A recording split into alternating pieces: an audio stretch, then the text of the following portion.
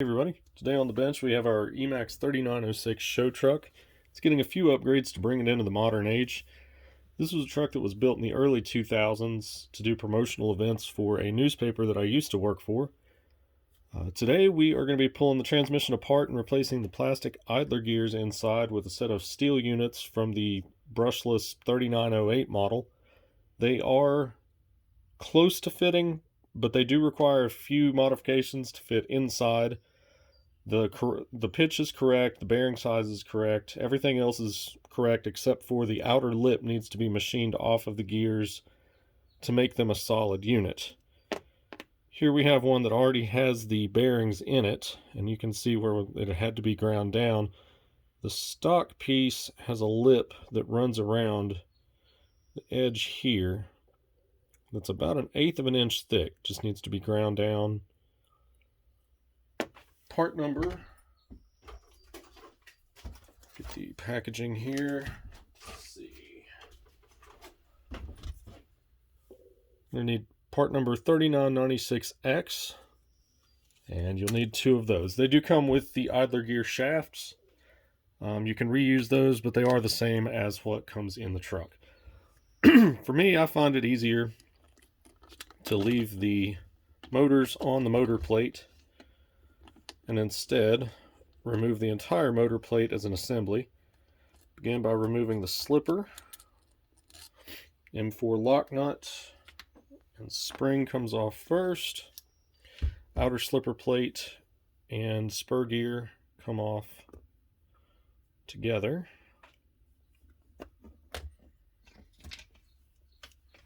Obviously, the first step would be to unbolt the transmission from the truck using the 8 screws that go up through the lower ladder braces and through the chassis into the transmission.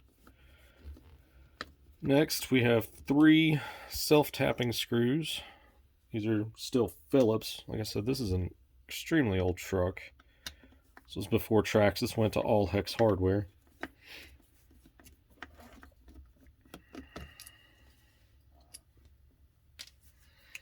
Now, this truck still has the original blue anodized aluminum motor plate. Traxxas did offer a machined motor plate, and if I can track one down, I may put one on this truck. Okay, remove the inner slipper plate from the slipper shaft, which that is fairly well held on. Finally, pull the motors and motor plate off as an assembly. These are an original set of Trinity Monster Max Pros. These are 17 turn singles.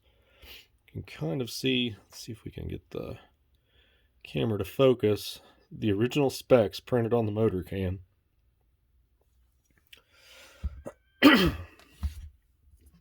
Okay, moving on. There are 5 Phillips head screws around the outer portion of the transmission, 1 at the top, 2 on each corner. Have to remove those. This is such a unique looking transmission compared to what Traxxas used in the 2-wheel drives that everyone was used to. The Magnum 272 that used 5 different size screws to hold the case together. All 5 of these are the same, let's see here, Phillips head, self-tapping thread.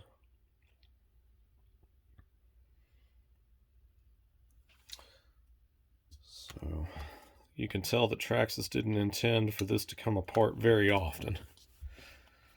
But again, in the days before hex hardware, machine screws, all the things that we take for granted with the modern releases from Traxxas. Now, being that these are going into plastic, they do torque down fairly well, so it may take a bit of effort to get them broke free.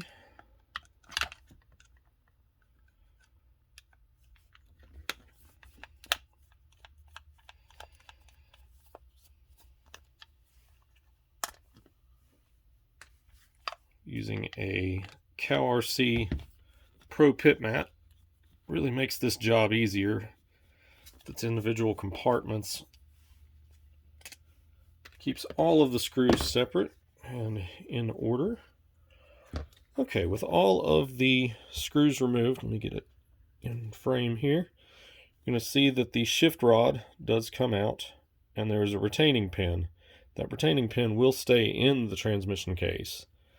But as you pull the two halves apart, put pressure on the outdrive to hold the bottom gear in place and slide the two halves of the gearbox apart. That will leave you with the gears and then the empty housing.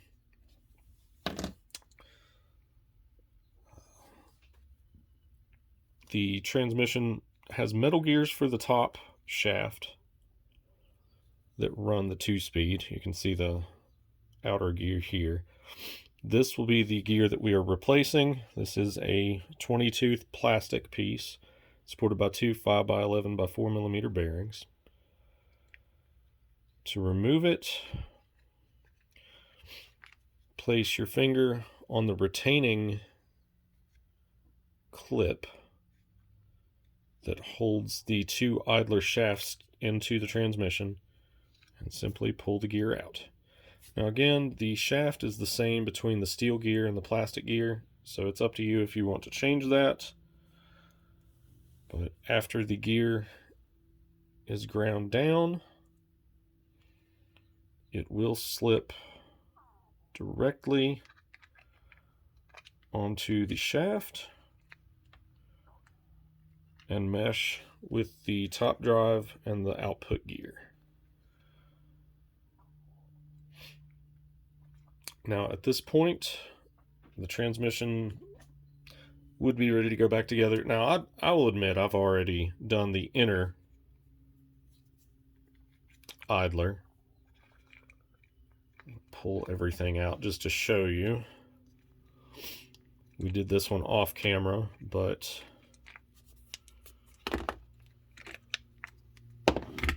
this will be your inner idler gear. Again, just 3996X with the edges ground off flush. And this is the retaining pin that I spoke about before. It holds the two idler gear shafts together and locates them within the transmission. We'll start by placing the inner idler onto the shaft.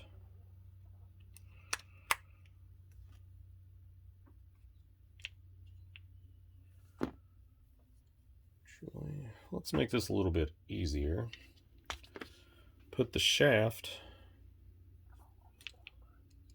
into its home inside the transmission first.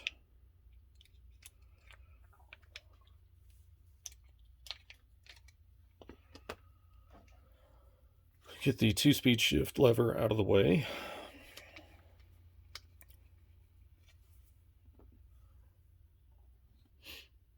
Shaft in place.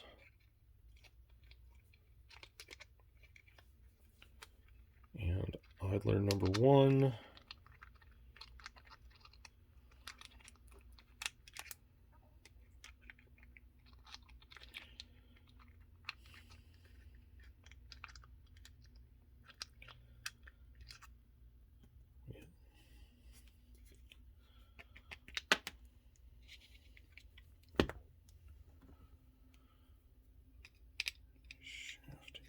Place. Idler number 1.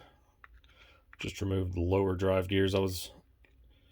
Sometimes it's a little easier to get the gear in place without the bottom drive gears in their location, simply because of the shift fork and the shift mechanism.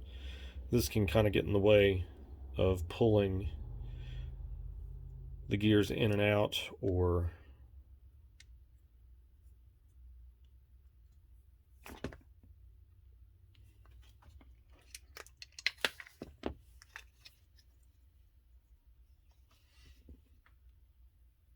Okay. So, first steel idler in place. Meshed. Bottom drive gear back into place. And we can see here that everything is spinning freely.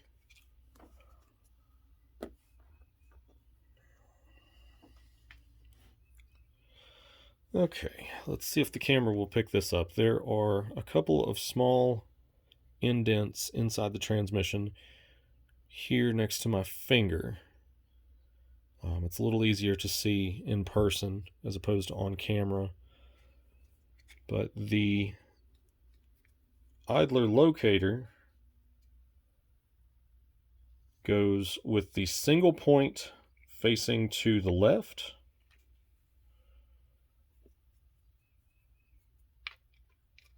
and the 2 points facing to the right.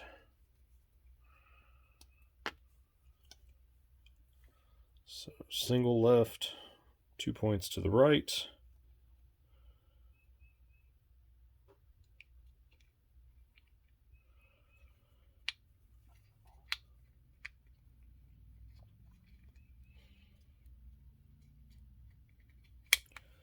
And it slots in. You can see that the 3 points that it connects into there. Follow that up with the idler shaft and the second idler.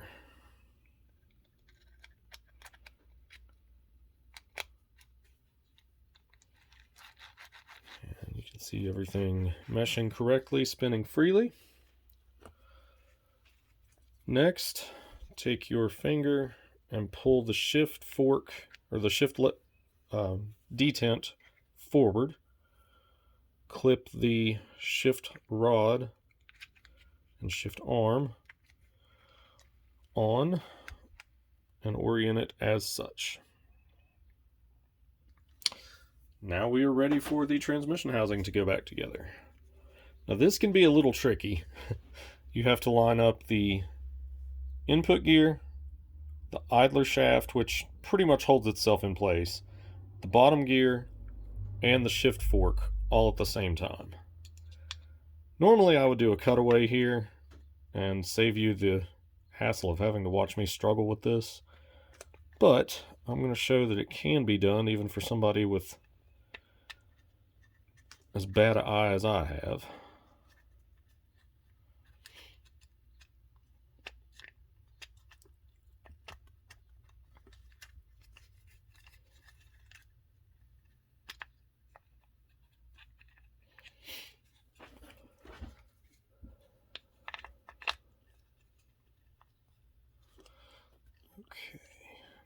Okay, now that the shift fork is lined up, it's just a matter of seating everything.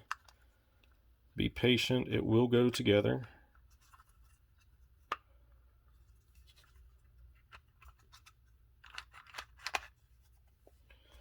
And to seat it properly, spin the slipper shaft a little bit. It'll work the gears back and forth. Get everything where it needs to be. Reassembly is simply a matter of reversing the disassembly process. And there you have E-Maxx 3906 transmission with steel idler gears, one step closer to being brushless ready. Future episodes, we will have a few more features of the truck in question. You can kind of see it here in the background with its Proline 40 series spinners. Like I said, it was from a different time, but yes, they still spin, they still work, and they're still shiny. But again, we will have further future updates on this coming soon. For now, subscribe if you haven't, drop a like if you like what you saw. If you have any questions, leave them down below in the comment section. Be more than happy to answer them. And check out oneeirc.com for the latest news, project updates. Have a great day.